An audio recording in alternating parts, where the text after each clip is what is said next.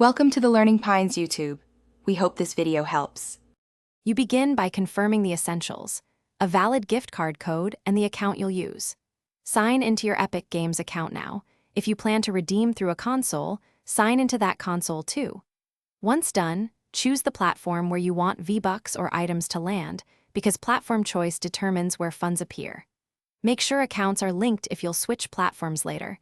Linking prevents lost purchases and ensures the code redeems to the correct inventory. Now you redeem the code. Go to the Epic Games Redeem Code page or the Redeem Code option on your console store.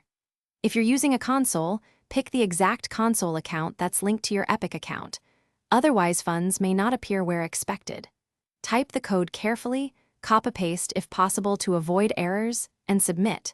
You'll see a confirmation showing V-Bucks or item credit before finalizing. This step ties the physical or digital card to your account and confirms balance allocation. Finish by verifying the credit in Fortnite's locker or your V-Bucks balance. You may need to restart the game or console for the update to show.